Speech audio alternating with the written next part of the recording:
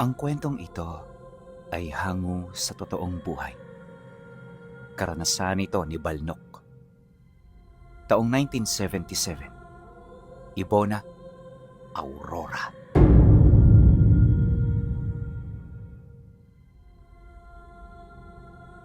Noong mga panahong ito, nakatira malapit sa dalampasigan ang pamilya ni Balnok. Nasa edad 30 anyos na siya noon, kaya malaki na ang pakinabang ng pamilya niya sa kanya. Araw-araw, wala silang ibang ginagawa ng kanyang ama, kundi ang mamalaot para kumita.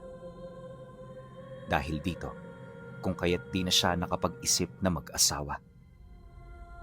Pabor naman yun kay Balnok Pinuno, sa kadahilanang danas na niya ang kahirapan ng buhay nila. Ayaw niyang bumuo ng sariling pamilya na gano'n ang sitwasyon dahil hindi niya balak na iparanas sa kanyang mga anak ang kanilang mga pinagdadaanan sa buhay. Ayaw din niyang maging pabigat sa kanyang mga magulang, kaya lahat ng kanyang desisyon, maigi niyang pinag-iisipan. Hindi naman sa wala siyang nakakaugnayan. Ang sa kanya lang ayaw niyang mangako sa isang tao.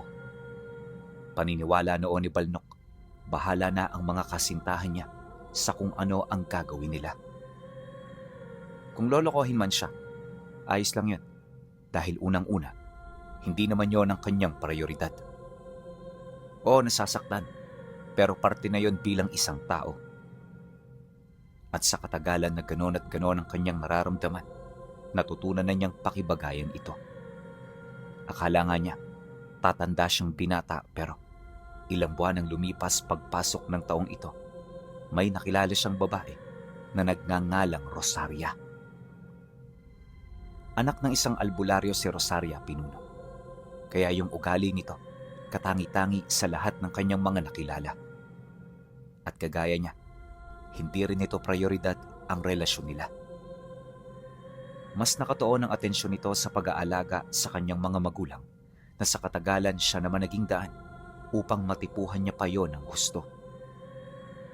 Hindi nagtagal, nakuha na nga nito ang kanyang loob at sa hudyat ng kanyang mga magulang, di na siya nagdalawang isip na dooy mamanhikan. Pero bago yun mangyari, nagkaroon muna sila ng pag-uusap sa pagsapit ng gabi. Tay, sigurado ho ba kayo na kaya nyo ng pamilya natin? Alam nyo naman, kapag nagsama na kami ni Rosaria, hindi na ako gaanong makakatulong sa inyo. Bubukod na rin kami at bihira na lang din tayong magkita. Bungad na wika niya sa kanyang mga magulang. Nang marinig naman yon ng kanyang ama, napangiti lang naman ito habang sumasagot sa kanya. Huwag mo na kaming isipin, anak. Bago ka pa naman ipanganak, inaasahan na naming darating ang puntong ito. Mahal ka namin, kaya gusto ko naming magkaroon ng buhay para sa'yo. Ayaw kong habang buhay kang nakabigkis sa aming mga bewang dahil alam mo namang matanda na kami. Para kaming araw sa dapit hapon na malapit ng lumubog. Dagdag pa nito na tapos na ang tungkulin nito sa kanya at nakabawi na rin siya sa lahat ng paghihirap nila. Kaya naman napapanahon na para gawin niya ang mga bagay na magpapasaya sa kanya. Sinang-ayunan din yun ng kanyang ina, kaya wala na silang napag-usapan pa. Matapos ang puso sa puso nilang pag-uusap, nagdesisyon na siyang gawin ang nararapat. Oo, mahal niya si Rosaria, kaya walang rason na tumalikod sa mga pinag-usapan nila. Inaasahan din niya ang magandang buhay sa piling nito dahil noon pa man, nagkakasundo na ang bawat panig ng kanilang mga magulang. Ayon sa kanya, na kahit walang kaalaman pagdating sa lihim na aral ang kanyang pamilya, hindi ito naging problema sa panig ng mga magulang ni Rosaria. Sa halip natutuwa pa nga ang mga ito dahil isa yung senyales na magiging maganda at maayos ang buhay nila sa hinaharap. Bagay na kanya namang pinaniwalaan. Ngunit lingid sa kanyang kaalaman, isa itong malaking pagkakamali.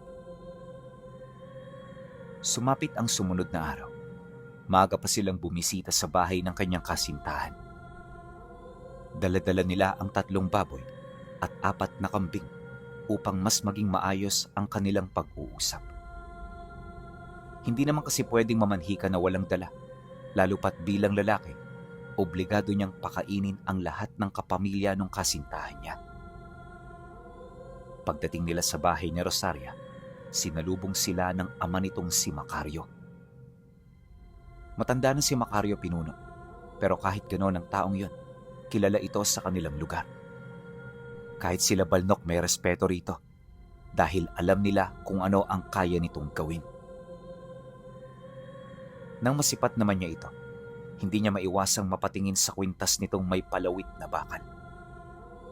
Wala siyang ideya kung ano ang bakal na yon, pero sa kanyang pagmamasid, parang araw-araw itong hinahasa ng matanda.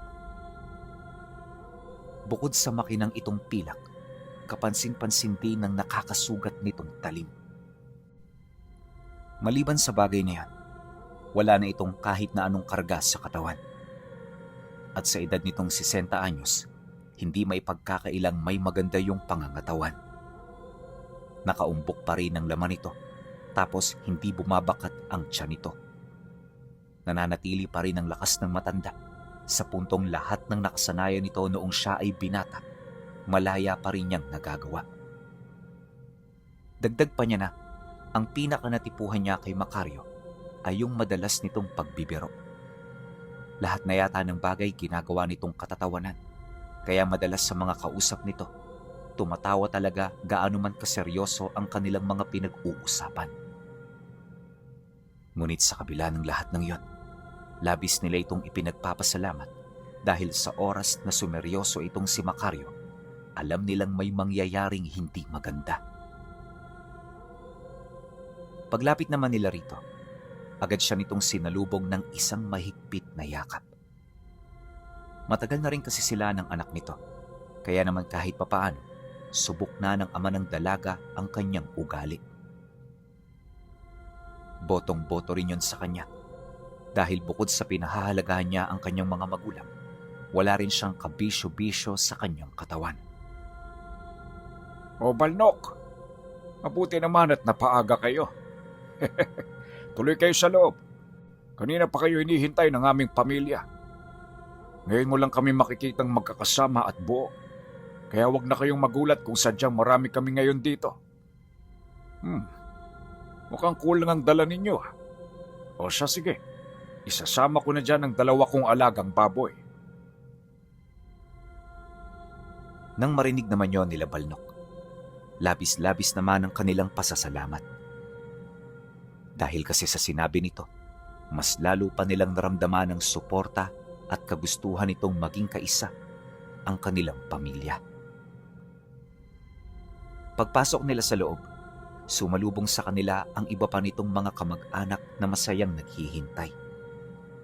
Normal naman ang lahat ng nakita nila, maliban na lang sa isang matandang lalaking kalbo na nakaupo sa isang sulok. May dala-dala itong mahabang talibong na nakasiksik sa lalagyanan. Nakasandig din ito sa kanyang balikat habang kampanteng nagmamasid sa kaganapan. Akala niya nung una, malayo na kapamilya nila Rosario ang matandang yun. Pero laking gulat na lamang niya nang ito ang unang ipakilala sa kanila ng padre de pamilya. Sa puntong yun, dito niya nalaman na ito pala ang ama ng ama ng kanyang kasintahan. Inilahad din ni Macario sa kanila na dito nagsimula ang lahat ng kanyang kakayahan. Pagtatapat pa nito, nasa edad 100 na ang kanyang ama, kaya labis-labis ang pasasalamat nila dahil sa nasaksihan pa nito ang ganoong selebrasyon. Nang marinig naman yon ng matanda, hindi naman ito umimik. Ang tanging ginawa lang nito, pagmasdan ng bawat miyembro ng kanilang pamilya, maging ang mga kasamahan at kaibigan nilang pumunta. Hindi kasi nila kakayanin na magluto at pumatay ng hayop ng sila-sila lang dahil sa laki nito. Kaya para magkaroon sila ng panahon sa pamilya ng kasintahan niya, humingi sila ng tulong sa mga kababaryo nila. Mabuti na lang, pinaunlakan sila nito, kaya naging maayos ang lahat. Matapos itong gawin ng matanda, agad nitong ibinaling ang kanyang tingin kay Macario kasabay ng pagwika nito ng, Tulungan mo na sila at nang makapagsimula na kayo sa pagluluto. Maging mapagmatsyag ka, Macario. Meron akong naaamoy na masamang hangin. Sige ho, Ama. Pagkasambit nito ng mga kataga, tsaka ito tumayo at naglakad patungo sa isang pribadong silid. Pagsilay naman niya rito, medyo nakaramdam siya ng pagkasindak, gawa ng ang tinig ng matandang yon. Parang hindi normal sa kanyang edad. Isipin ninyo, tuwid na tuwid pa ito at kagaya ng ama ng kasintahan niya, nakaumpok pa rin ang kalamnan nito sa katawan. Kitang-kita mo ang hubog ng pangangatawan kahit medyo malaki ang suot nitong damit. Kapansin-pansin din ang naglalakihan nitong ugat na halos pumutok na sa kanyang mga kamay. Mahigpit din ang pagkakahawak nito sa talibong na parabang bihasang-bihasa na itong gumamit nun. At ang mas ipinagtataka niya, wala itong kahit na anong karga sa katawan. Pero yung balat nito, punong-puno ng mga simbolo. Matapos naman niya yung masilayan, nanatili ang pagkamangha sa kanyang isipan. Ilang minuto pa ang lumipas, bahagya namang nabaling ang kanyang atensyon sa tatay niya. Matapos siya nitong abisuhan na magluluto na sila. Wala naman siyang nagawa kundi ang sumunod. Hapon pa magaganap ang pag-uusap, kaya marami pa silang oras para maghanda. Dahil dito, kung kaya't dali-dali naman silang tumungo sa likurang bahagi ng bahay. Pagdating nila roon, nadatna nila ang kanilang mga kasama na masaya nang kumakatay ng mga baboy. Mag-iisang oras din nila itong ginawa bago nila yung tadtarin upang magawa ang mga naiisip nilang putahe. Meron na rin silang mga lechon noong umiikot sa baga, kaya nang matapos na nila ang paghihiwa ng mga rekado, literal na naghintay na lamang sila. At habang ginagawa nila ito, umiikot na rin ang bote ng alak upang hindi maburyong ang lahat. Habang nangyayari ito, walang inaasahan noon si Balnok kundi ang kasiyahan at kaayusan sa pagitan ng kanilang mga pamilya. Akala niya gano'n na talaga ang mangyayari. Pero pagtungtong ng tanghali, unti-unti yung nabago matapos lumabas ang matanda. Bit-bit ang talibong na nakapatong sa balikat nito. Habang naglalakad ito papalapit, kapansin-pansin ang panaka-naka nitong pag-usal na parabang meron itong pinaghahandaan. Bagaman naririnig niya ang mga sinasabi ng matanda, aminado siya na hindi niya yun nauunawaan. Paglapit naman ito sa kanila ng tatay niya, bahagya itong napasilay sa lalaking nakatayo malapit sa pinaglulutuan nila ng baboy. Hindi niya mawari kung ano ang pakay nito, pero sa estado ng pagtitig nito, parang meron yung doong nararamdamang matinding galit. Ilang minuto pa ang lumipas, bigla itong tumitig sa kanyang ama, kasabay ng pagwika nito ng, Kapamilya niyo ba ang lalaking yan? Kung hindi, palayasin niyo yan dito. Pagbalik ko na nariyan pa yan, pupugutan ko yan ng ulo sa harapan ninyo.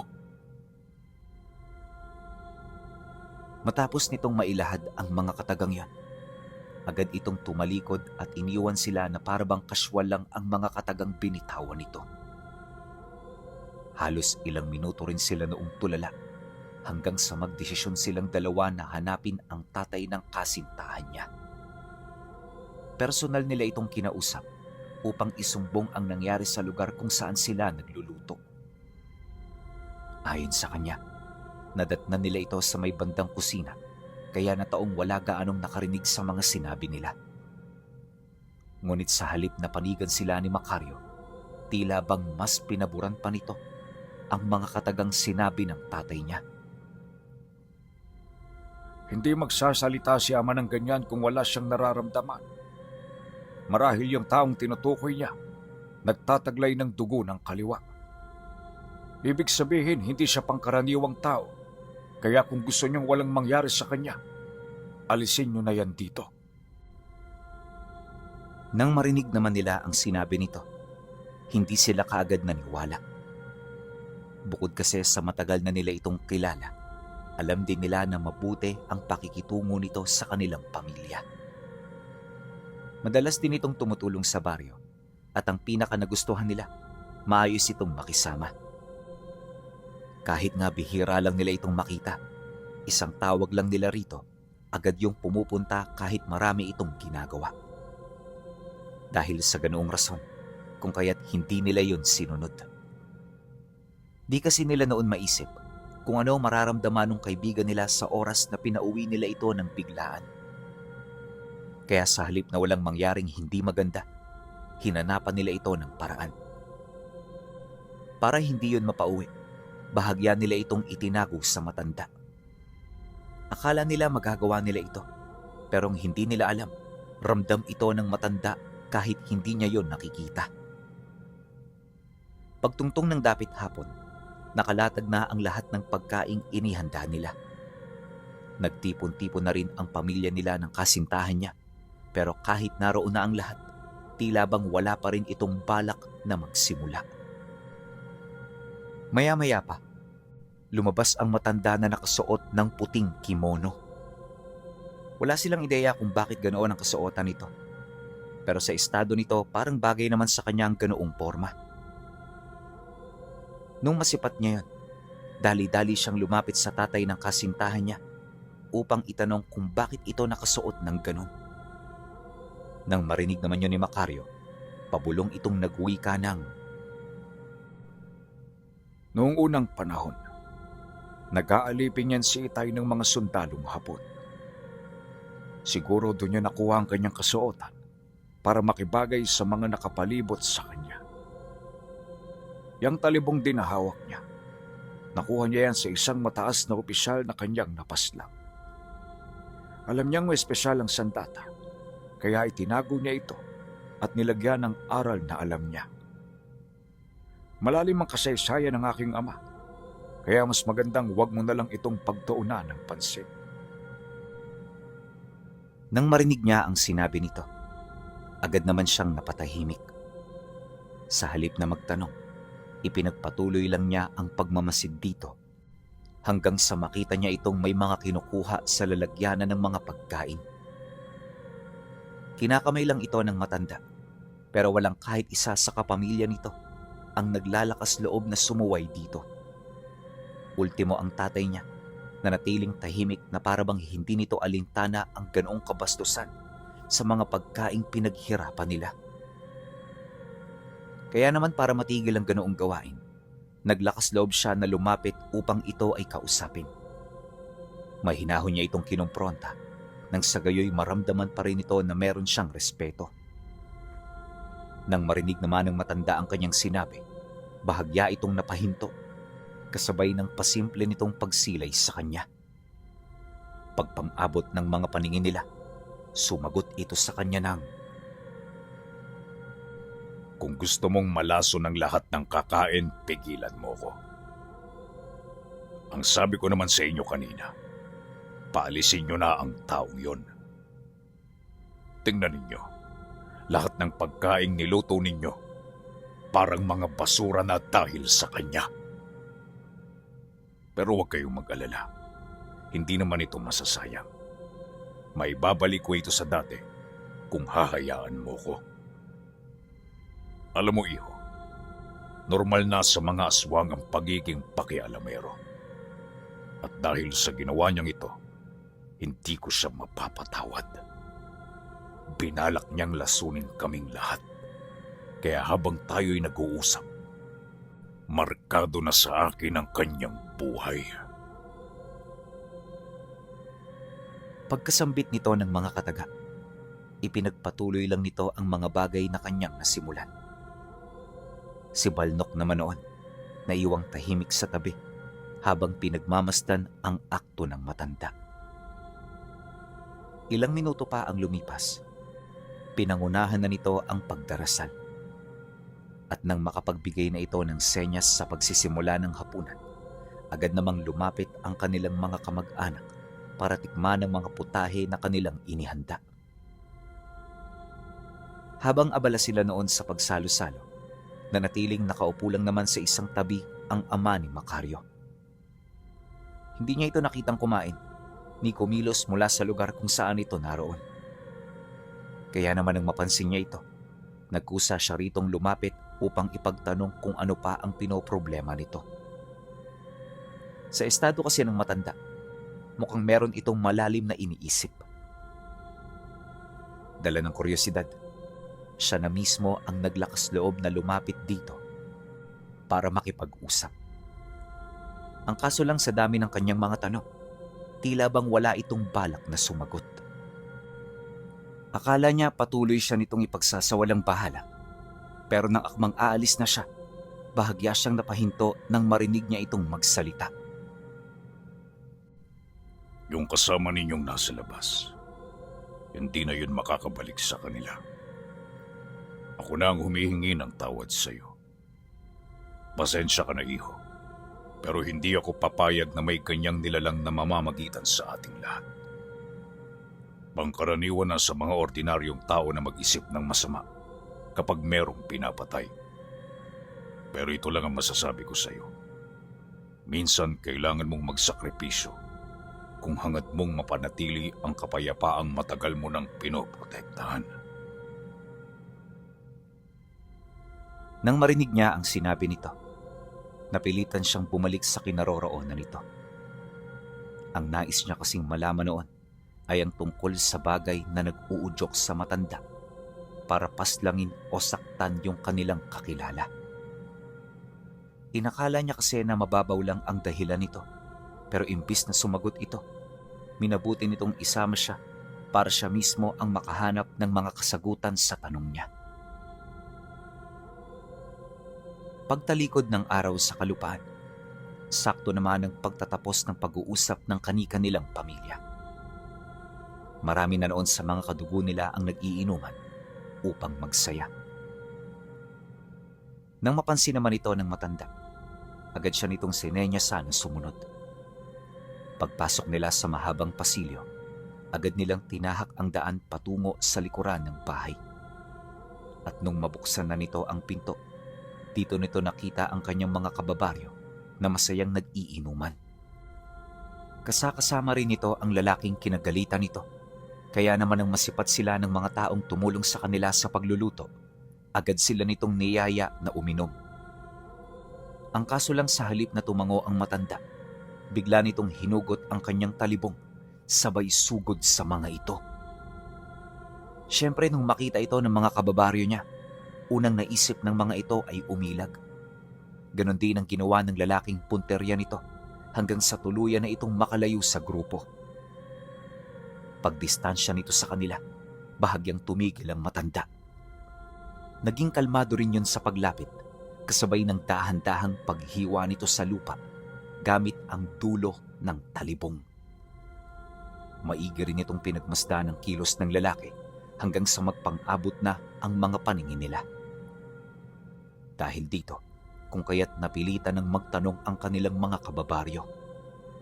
Paulit-ulit din itong inilhad sa matanda na nagkakamali ito ng hinala ukol dito. Kaya naman nang marinig yun ni Balnok, pilit niya na yung pinigilan, ngunit di pa man siya nakakalapit, nakita niya ang panlilisik ng mga mata nito habang nakatitig sa kanya. Dala ng takot, hindi niya na itinuloy ang kanyang binabalak.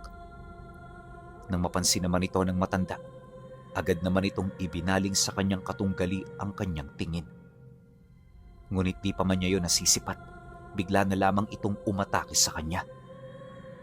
Akala ng nilalang magagawa niya itong mapaslang, pero pag-unday niya rito ng saksak, nagawa itong masalag ng sandata nito. Pagtitigan nilang dalawa, ngumisi lang naman ang matanda sabay dukot ng maliit na punyal na nakatago sa ilalim ng kanyang damit. Walang sabi-sabi, agad niya itong iniunday sa tagiliran ng lalaki, dahilan para mapilitan itong umatras. Ang kaso lang, nang akmang didistansya na ito, nagawa pa rin ng matanda na mawakwak ang tiyan nito.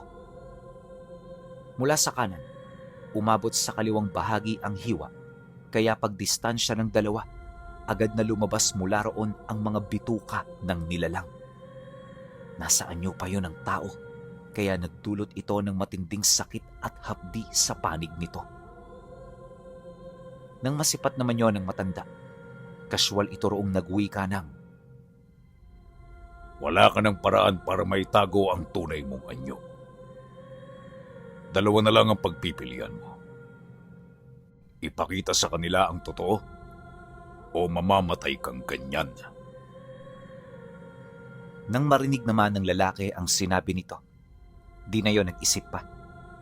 Walang sabi-sabi, inilapat nito sa lupa ang dalawa nitong kamay hanggang sa tuluyan ng sumayad ang mga lumabas nitong bituka. Ilang segundo lang ang lumipas. Dito na nila yon narinig na nag-usal, kasabay ng unti-unting pangingitim ng buo nitong katawan. At sa isang kisap mata, tuluyan na ngang nagbago ang anyo nito. Bigla na lamang yung naging kawangis ng demonyo, kasabay ng pagkawala nito sa kanyang sarili. Angil yun ng angil, habang dahan-dahang gumagapang papalapit. At nung magkaharap na ito at nung ama ni Macario, bigla naman yung lumundag, kasabay ng pagsalubong dito ng matanda. Akala ng nilalang kaya niyang tapatan ng bilis at lakas nito, pero sa unang atake pa lang, hindi na nito namalayan ang pagkahiwa sa kanya ng talibong na hawak nito. Pagdistansya nilang dalawa, bigla na lamang bumulagta ang nilalang sa lupa, kasabay ng pagkapugot ng ulo nito. Nang masipat naman yon ng mga taong saksi, walang kahit isa sa kanila ang nakapagsalita. Bakas din sa kanilang mukha ang matinding takot, buhat sa kanilang mga nakita. Kaya naman ang mapansin nyo ng ama ni Macario, mariin sila nitong pinayuhan na huwag ipagkalat ang tungkol dito. Dagdag pa nito na, sa mga susunod na araw, paniguradong matutuklasan na ng pamilya nito ang mga nangyari, kaya hanggat maaari, umiwas na muna silang pumunta sa kung saan-saan. Mas mainam manatili sa kanilang mga tahanan, hanggat hindi pa sila nakakakuha ng senyas mula sa pamilya ni Balnok. Nang marinig naman ito ng mga lasing, wala namang tumutol sa sinabi ng matanda. Sa kabila kasi ng mga nangyari, aminado ang mga ito na mas malakas pa rin ang tama ng alak sa kanilang mga katawan. Pagkasambit naman dito ng matanda, dali-dali nitong kinaladkad ang labi hanggang sa maihulog niya na ito sa malalim na bangin. Pagbalik naman ito sa kinaroroonan nila, agad nitong inilagay sa supot ang ulo at ipinatapon sa dagat. Ayon sa matanda, kailangan nila itong gawin upang masiguro na hindi ito mapupuspos ng humiwalay nitong kaluluwa. Dagdag pa nito na, sa estado ng nilalang na kanyang napaslang, hindi malabong maging maranhig ito kung yon ay basta na lang nilang hahayaang mabulok. Matapos naman itong mailahad ang lahat, inabisuhan sila nito na pumasok na sa loob ng bahay para makipagsalamuha sa kanila ring mga bisita. Nang marinig naman ito ng kanyang mga kababaryo, agad naman yung sumunod kasama siya. Pagkatapos ng mga nangyari, tila bang hindi pa rin siya makapaniwala. Dumaan ang mga araw, naging madalas na ang pagbisita sa kanila ng matanda na para bang meron yung doong minamanmanan. Kasama nito ang mag-ama, kaya kapag bumibisita ito, hindi niya yun kayang tanggihan. Sa loob ng isang linggo, walang ginawa ang matanda kundi ang maglibot sa baryo. Isinama rin siya nito upang maipakita sa kanya ang tunay na nangyayari sa mundo. Sa kanilang pagsasama, marami siyang nalaman. Ayon sa matanda, na sa loob ng 100 taong pananatili niya rito, marami na siyang nakalaban. May mga taong aakalain mong totoong tao talaga, habang ang iba naman, mga halimaw na walang kakayahang bumagay sa mga ordinaryo. Lahat ito pinahirapan at pinatay ng matanda na kalaunay naging daan upang maging ligtas ang kasalukuyang lugar kung saan sila naninirahan. Dagdag pa nito na, Normal na lamang ang ganoong trabaho para sa kanya, kaya hindi na mahirap ang pagkilatis sa totoo at sa peking tao. Nang marinig naman yun ni Balnok, agad naman niya yung tinanong ukol sa balak nito. Alam mo na kung ano ang kasunod nito. Siyempre, isusunod ko ang pamilya ng tampalasang yun. Matagal na pala sila rito, kaya dapat lang na maubos na natin sila. Kailan may hindi pwedeng magsama ang mga tao at mga demonyong nagbabalat kayo. Ano, Balnok? Gusto mo bang makita mo mismo ang mga gagawin ko? Pwede kitang isama, pero ipangako mo na huwag kang gagawa ng rason para ikay mapahamak. Ako kaya kong iligtas ang buhay ko. Ewan ko na lang sa'yo.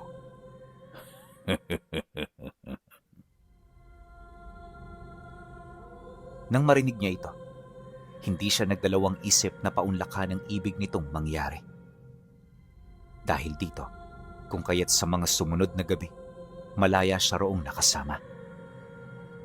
Ayon kay Balnok Pinuno, na sa unang gabi pa lang, nakita na niya kung gaano kahusay ang matanda. Kahit nasa humigit 5 nilalang ang nagtutulong-tulong para pabagsakin ito, hindi pa rin ito umuubra. At ang mas nakakamangha pa, may kakayahan itong paglahuin ang kanyang sarili kapag umaatake. Hindi mo rin makikita ang armas nito sa kadahilan ng kapag nagsimula itong mag-usal, yung mismong talim ng talibong bigla na lamang naglalaho. Kaya naman ang mga aswang na tinatamaan ito, bumubulagta na lang sa lupa. Makalipas ang 1 linggong pagtugis, nalipol nito ang lahat ng natirang pamilya ng kababaryo niya. Di pa yun nakontento, sinunog nito ang bahay bago niya yun tantanan. Pagkatapos nun, tsaka pa lamang sila nalagay sa tahimik. Ang kaso lang, nung ipinagdadalang tao ang panganay niya, naging aktibo na naman ang matanda. Ito ang nagsilbi nilang depensa sa mga nilalang upang masigurong lalaki ng maayos at malusog ang sanggol sa sinapupunan. At nung maisilang na ang kauna-unahan nilang sanggol, nagabayan pa ito ng matanda hanggang sa yon ay magbinata. Yun nga lang, ilang taon pagkatapos nun, ipinasa nito sa anak niyang si Macario ang kanyang tungkulin. At nung mailipat na nito ang mga burdas sa katawan, unti-unti na itong naglaho hanggang sa tuluyan na itong pumanaw. Nung malaman nila ang tungkol dito, abot langit ang pagdadalamhati na kanilang naramdaman. Nakakalungkot man ang mga nangyari, batid niya na hindi lahat ng may buhay sa mundo ay merong katapusan.